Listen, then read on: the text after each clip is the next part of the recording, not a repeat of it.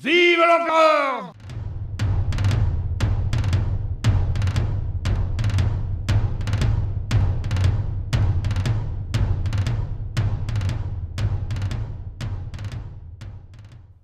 This is Chris Muller with the Thursday Night Gamers.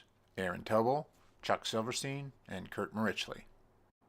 This week we're playing Bautzen, the second battle in OSG's newest release in the Library of Napoleonic Battles, Napoleon's Resurgence. Aaron is playing the Prussians, I will be playing the Russian left wing, and Chuck, as usual, will be playing the Emperor Napoleon. Kurt was able to join us for this final session, and will be playing Marshal Ney. And now, on to May 21st, 1813.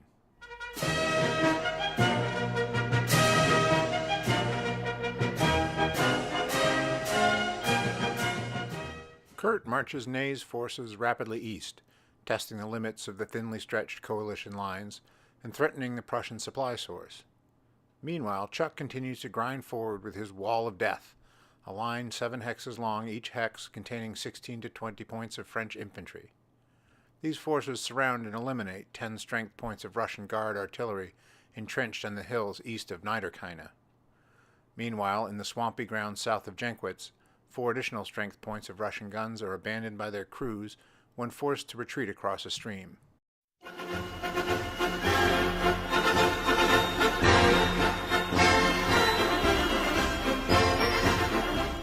The coalition engages all along the line, with attacks that range from 1 to 2 to 1 to 4 odds, attempting to maintain a coherent line as we withdraw, sometimes successfully, sometimes not. In the north, Barclay's Cossacks attempt to surround and destroy the head of Lauriston's flanking columns. That's all you need, brother. As you know, you have an advantage. He does. I know. Wait. Oh. No, I said wait. I told him to wait. No, whatever. No, it's good. I was reaching for my shirt for you. Phew. So who chased them away? That was the Poles. Oh, the Poles. That's Poles. right. So they're skewered to us.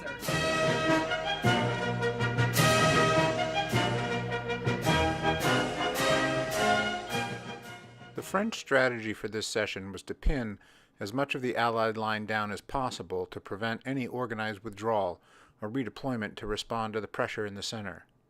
Without reserves, the coalition's fate is dependent upon lucky die rolls.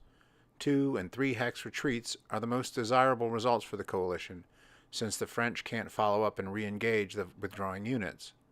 This never happens on a consistent basis, leaving many units exposed and pinned in place.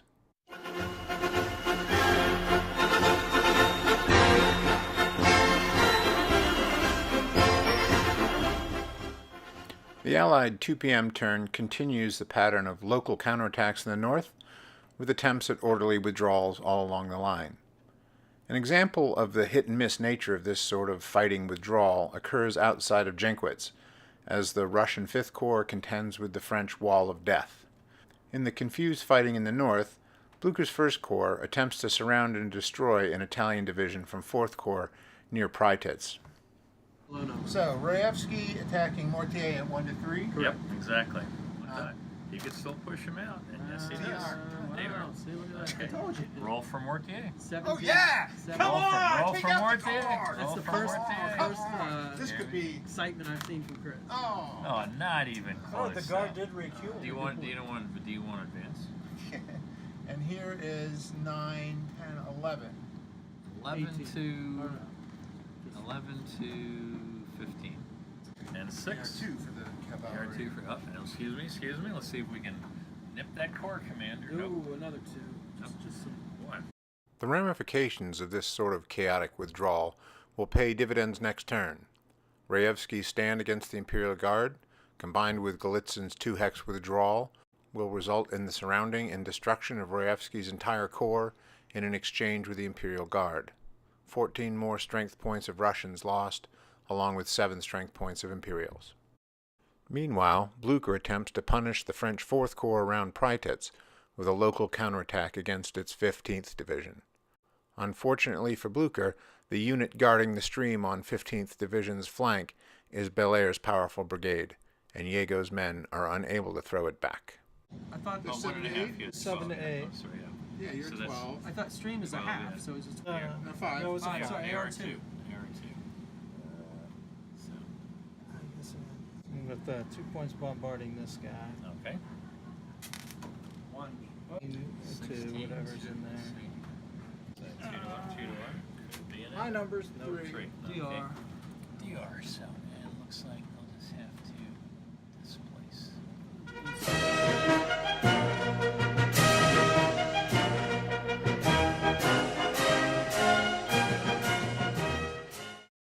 During the French 3 p.m. turn, disasters for the coalition continue to pile up. In addition to the destruction of Raevski's 3rd Corps in the south, Blucher is captured by advancing 4th Corps troops in the north, placing the powerful Prussian 1st Corps out of command. Examining the position at this point, we see the massive French center is prepared to split the coalition forces in two. The coalition army has no uncommitted forces with which to counter this development, while Ney's powerful north wing remains largely unengaged.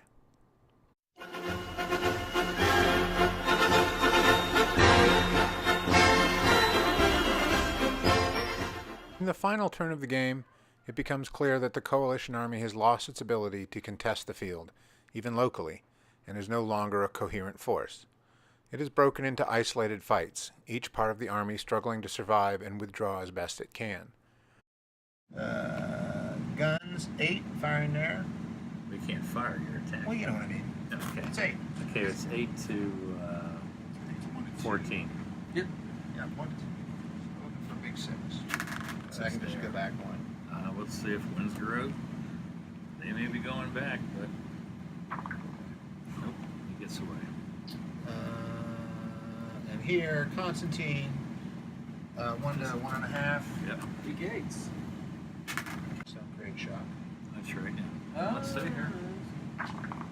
Oh! Oh, but Constantine does Yeah, not well. go with them. Good riddance. Constantine is gone. This shot gives you a sense of the level of bluffing that was going on the Russian left wing at this stage of the game. First, note the 2 vedettes forming a screen beside Vincengaroda's stack that, in this open area of the map, shield the stacks behind them from prying French eyes. Next, note what those stacks consist of: more vedettes. When you watch the video, it looks like the French left wing has retained some fighting power that, in reality, is gone. At the end of the turn, Aaron and I concede the field to our brave French opponents.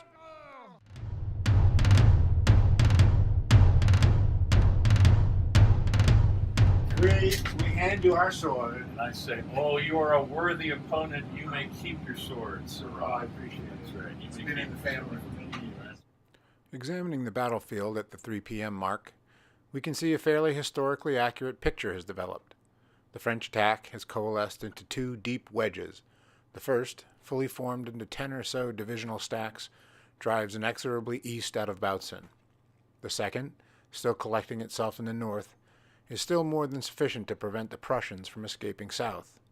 Without the general retreat card, the coalition forces are unable to break contact consistently, individual units facing elimination at an ever-increasing rate. When Aaron examined the coalition deck at the end of play, the general retreat card was 16 cards down. The Tsar was not going to retreat this time. Looking at the reorganization chart shows this even more clearly.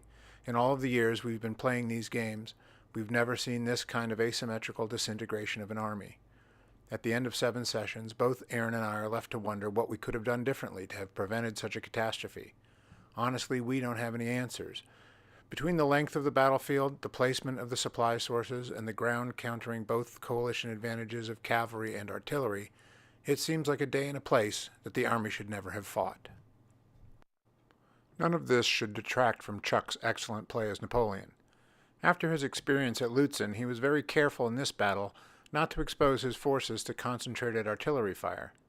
Once the battle lines stabilized, he patiently formed his largest brigades into divisions behind the hills, and then unleashed them en masse into the center of the coalition position. 5 or 6 hours of that treatment left the coalition army in tatters, its reserves committed, and its finest units destroyed. Thanks again for watching. We'll see you next time.